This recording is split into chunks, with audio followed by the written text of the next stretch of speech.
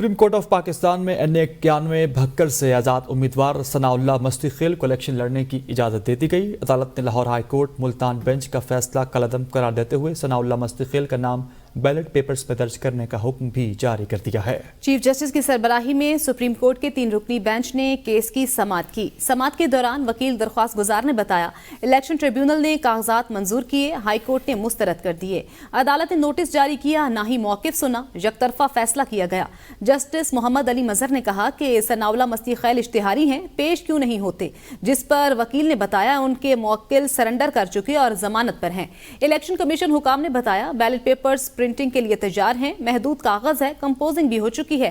Justice مسرت ہلالی نے کہا کہ ابھی کئی مرحلے رہتے ہیں، ایک دم سب کچھ کیسے کیا گیا۔ چیف جسٹس نے کہا ہائی کورٹ نے بغیر سنے، بغیر وجہ بتائے کیسے درخواست بحال کی۔ کیا ثناء اللہ مستی خیل پر دہشت گردی یا اغوا برائے تاوان کا کیس ہے؟